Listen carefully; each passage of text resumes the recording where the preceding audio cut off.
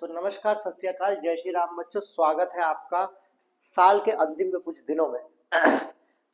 जैसा कि हमने बोला था कि वीडियो से आपके कोर्स कंप्लीट हो जाएंगे, दिसंबर तक हमने प्रॉमिस किया था। थोड़े से लेट चल रहा है बट कोशिश करेंगे फर्स्ट वीक या बिफोर खिचड़ी खत्म कर सके हम। आपका सिर्फ कोऑर्डिनेशन कंपाउंड बचा है तो जल्दी ही खत्म हो जाएगा, घबराने वाली कोई भी बात नहीं है आपके लिए, है ना। साल के कुछ अंतिम दिनों में ही आप प्रवेश कर चुके हैं। आई होप आपकी तैयारी सही चल रही होगी। इस साल जो तैयारी आपने नहीं की या जो चीजें आप नहीं कर पाए फुलफिल, उनको जरूर फुलफिल कीजिए। अगले साल में आपके एग्जाम्स भी आ रहे हैं और आप ही के लिए हमने स्टडी बडी भी चालू किया हुआ है, उसके 2 एपिसोड्स हो चुके हैं। हर संडे रात 12 बजे हम स्टडी बडी चलाते हैं बच्चों। क्या चलाते हैं हम? स्टडी बडी। वहां पे हम आपके सारे दुख दर्द छीन तो नहीं सकते बट शेयर जरूर कर सकते हैं। हम बैठे रहते हैं आप सभी बच्चों के लिए कि अगर आपको कोई भी दिक्कत हो, कोई भी परेशानी हो, आप हमसे शेयर करें।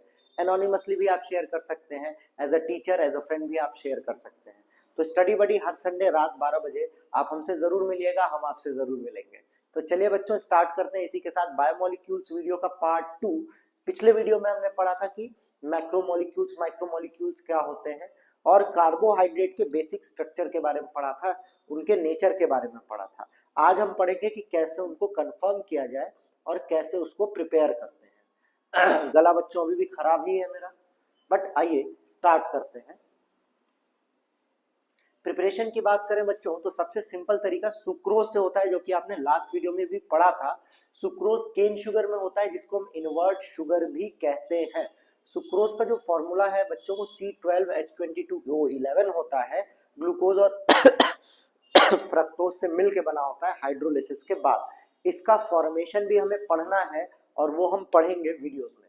जब भी सुक्रोज को हम वाटर से रिएक्ट करवाते हैं, हाइड्रोलिसिस करवाते हैं, तो ये ग्लूकोज और एक फ्रक्टोज बना के देता है। ये लास्ट वीडियो में आपको ये समझ में आया होगा। तो लास्ट वीडियो के नोट्स देखिए, क्योंकि सुक्रोज ब्रेक करके ग्लूकोज फ्रक्टोज बना रहा है, आप कह सकते हैं इन्हीं से बना है, तो इन सब के हाइड्रोलिसिस पे ये सब बनेंगे। तो ये बात आपको भूलनी बिल्कुल नहीं है, ठीक है।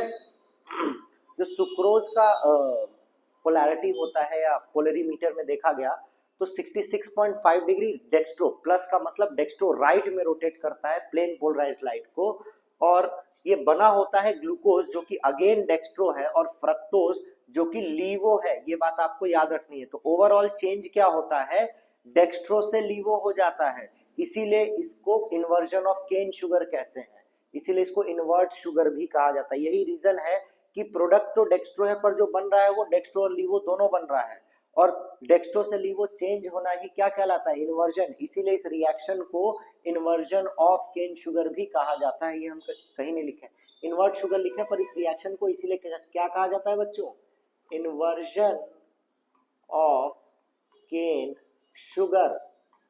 कोई आपसे पूछेगा तो बता दीजिएगा, कोई पूछता है अगर, कोई आंखों से तुम आंखों से बताना हम समझ जाएंगे। चलिए आगे बढ़ते हैं। दूसरा तरीका जो होता है वो स्टार्च या सेलुलोज से होता है, क्योंकि स्टार्च या सेलुलोज इन मोनोसेक्राइड्स के पॉलीमर होते हैं। तो जब इनका हाइड्रोलिसिस करते हैं एन वाटर से at 393 kelvin and 223 atm pressure, तो ये हमें ग्लूकोज बना के बच्चों दे देता है। स्टार्च और सेलुलोज जैसा कि आपको बताया गया पॉलीमर ऑफ ग्लूकोज होते हैं। कई सारी ग्लूकोज की यूनिट आपस में जुड़ती हैं, ब्रांचिंग भी होती है, तब जाके ये बनते हैं, ठीक है। अब प्रॉपर्टीज ऑफ ग्लूकोज की बात करें तो इनका मॉलिक्यूलर फॉर्मूला C6H12O6 होता है। फिशर प्रोजेक्शन इनका ये होता है, कार्बन नंबर 2, 4 और 5 का OH राइट हैंड साइड होता है और कार्बन नंबर 3 का OH लेफ्ट हैंड साइड होता है। और इसमें कायरल सेंटर 1, 2, 3 और 4 होते हैं। ये स्ट्रक्चर आपको याद होना चाहिए। अब कायरल सेंटर क्या होता है? ऐसा कार्बन का सेंटर है जहां पे चारों ग्रुप जो जुड़े हो वो अलग हो। तो ग्लूकोज में जो कायरल सेंटर होते हैं बच्चों 4 होते हैं, कार्बन नंबर 2, 3, 4, 5। जहां पे कार्बन नंबर 2, 4 और 5 का OH लेफ्ट हैंड साइड होता है और कार्बन नंबर 3 का जो OH होता है वो राइट हैंड साइड होता है। ये इसका स्ट्रक्चर आपको दिख रहा है। ये एल्डोहेक्सोज होता है, इसमें एल्डिहाइडिक फंक्शनल ग्रुप होता है, 6 कार्बन का बना होता है। ये डेक्सट्रोज होता है, पॉजिटिव ऑप्टिकल रोटेशन देता है, मतलब राइट साइड में रोटेट करता है। ये स्टार्च और सेलुलोज का मोनोमर होता है और सबसे ज्यादा अबंडेंट ऑर्गेनिक कंपाउंड है। कहीं भी अगर सबसे ज्यादा आपको कुछ मिलता है ऑर्गेनिक कंपाउंड तो ग्लूकोज मिलता है, क्योंकि हम वो खाते भी हैं और दुकान पे भी बिक रहा है तो अबंडेंट होता है। ठीक है। वही अगर हम केमिकल रिएक्शन की बात करें, कुछ रिएक्शन है जिनसे हम कार्बन अरे ग्लूकोज का स्ट्रक्चर कंफर्म करते हैं कि 6 कार्बन का है, उसमें हेक्सोज है, 5 OH ग्रुप है, तो ये स्ट्रक्चर कैसे कंफर्म होता है आइए देखते हैं। सबसे पहला आता है रिएक्शन विद HI और रेड फास्फोरस, जो कि स्ट्रॉन्ग रिड्यूसिंग एजेंट होता है। हम HI या रेड फास्फोरस से इसको रिड्यूस करते हैं तो ये N हेक्सेन बना देता है। N हेक्सेन का बनना बताता है कि ग्लूकोज के पास 6 कार्बन है जो कि स्ट्रेट चेन में लगे हुए हैं। जैसे हम HI से रिएक्शन करवाते हैं, यहाँ से H2O गायब होता है, ये O गायब होता है, ये H2O निकलता है और ये इसके साथ मिलके सारे लोग हाइड्रोलिसिस करके निकल आते हैं।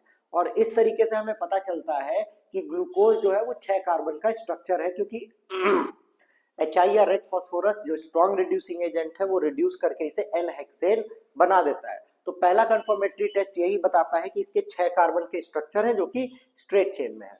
दूसरा अगर हम बात करें तो इसकी केमिकल रिएक्शंस की, वो एल्डिहाइडिक ग्रुप को कंफर्म करता है। जैसा कि आपको स्टार्टिंग में बोला गया था फर्स्ट वीडियो में कि ये हेमी एसिटल लिंकेज करता है। अब हेमी एसिटल क्या होता है ये इसमें देखते हैं। जैसे हम इसको HCN से रिएक्ट करवाते हैं in the presence of NaCN, ये जो एल्डिहाइड है ये रिड्यूस होके साइनोहाइड्रिन बनाता है, ये आपको दिख रहा होगा, आई होप आपको दिख रहा होगा। CHOHCN जो होता है उसी को हम साइनोहाइड्रिन कहते हैं। अब ये हो कैसे रहा है देखिएगा, ये एल्डिहाइडिक ग्रुप है, HCN से रिएक्ट करते हैं, हाइड्रोजन पे प्लस चार्ज, साइनाइड पे माइनस चार्ज। यहाँ पे जो कार्बोनिल ग्रुप है ये रिएक्ट कैसे करता है, डबल बॉन्ड ब्रेक करके इसको माइनस चार्ज देगा, इसको प्लस, तो माइनस चार्ज CN पे अटैक कर देगा और H जो है वो O पे अटैक कर देगा और ये क्या बना देगा, कार्बन पे OH और CN, और इसी को साइनोहाइड्रिन कहते हैं। ये इंपॉर्टेंट कैरेक्टरिस्टिक होता है, साइनोहाइड्रिन तभी बनेगा जब वहां पे कार्बोनिल ग्रुप या मोस्ट इंपॉर्टेंटली एल्डिहाइड प्रेजेंट होगा। तो पहला कंफर्मेशन है जो बताता है कि ग्लूकोज में क्या है बच्चों, एल्डिहाइड है। दूसरा, जैसे हम इसे हाइड्रोक्सिल अमीन से रिएक्ट करते हैं ये ऑक्सीन बनाता है। अब ये ऑक्सीन कैसे बनता है ये भी आप एल्डिहाइड कीटोन में पढ़ चुके हैं। अगर कहीं भी कार्बोनिल ग्रुप है और उसके साथ अमोनिया डेरिवेटिव आता है तो H2O निकाल देता है और नाइट्रोजन को डायरेक्टली बॉन्ड कर देता है और इसी को हम लोग ऑक्सीन कहते हैं। ऑक्सीन का बनना भी कंफर्म करता है कि यहाँ पे कार्बोनिल ग्रुप प्रेजेंट है। तीसरा जो होता है, जैसे हम इसको रिड्यूस करते हैं तो ये रिड्यूस होकर सॉर्बिटॉल और ग्लूकेटॉल बना देता है। रिडक्शन से हमें एल्कोहल बन रहा है तो हमें पता चलता है कि ये रिड्यूस करके एल्कोहल तभी बनाएगा जब यहाँ पे एल्डिहाइड, और ये तीनों टेस्ट कंफर्म करते हैं कि जो ग्लूकोज है उसके पास कार्बोनिल ग्रुप प्रेजेंट है।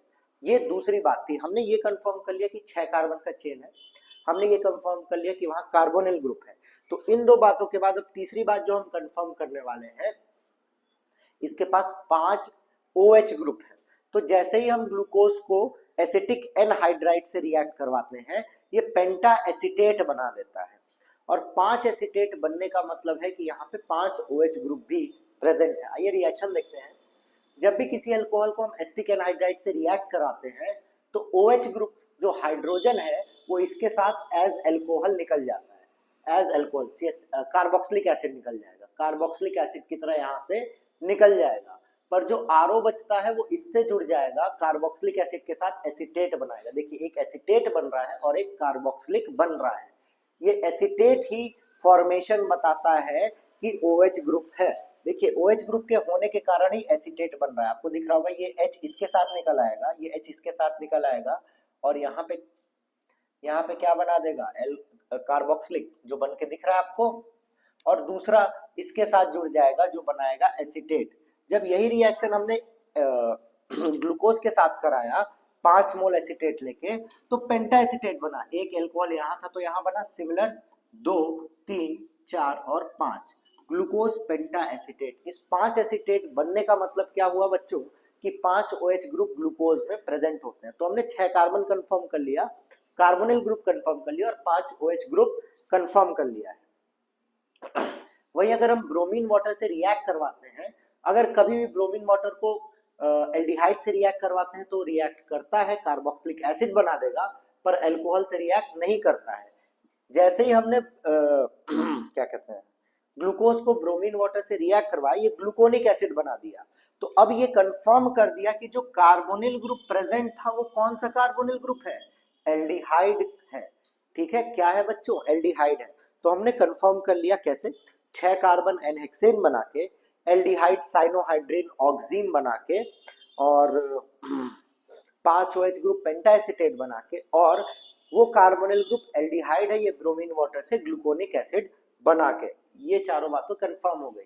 अब आता है कि जो अल्कोहल ग्रुप प्रेजेंट है वो प्राइमरी है, सेकेंडरी है या टर्शरी है।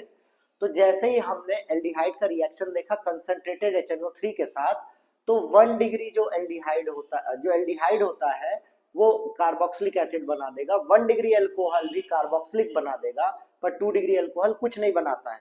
तो एल्डिहाइड तो हमारा कंफर्म था। जैसे ही हमने इसको रिएक्शन करवाया कंसंट्रेटेड HNO3 से, सैकरिक एसिड और ग्लूकैरिक एसिड बना। क्या बना, सैकरिक एसिड और ग्लूकैरिक एसिड। क्योंकि ये OH, ये OH, ये OH और ये OH ये 2 डिग्री है, तो ये रिएक्शन ये नहीं देंगे। सिर्फ कौन सा, ये वाला अल्कोहल, लास्ट वाला अल्कोहल, कार्बन नंबर 6 वाला, ये रिएक्शन देगा, जिससे हमें पता चला कि इसमें सिर्फ एक प्राइमरी अल्कोहल का ग्रुप प्रेजेंट है। ठीक है बच्चों,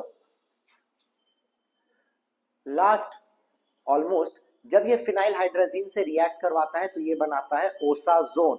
ये भी बताता है कि कार्बोनिल सी ग्रुप प्रेजेंट है। ये उतना इंपॉर्टेंट नहीं है क्योंकि कार्बोनिल का सी ग्रुप हम पहले ही चेक कर चुके हैं, बट ये याद रखना है कि 3 मोल से हमें रिएक्ट करवाना पड़ेगा, है ना।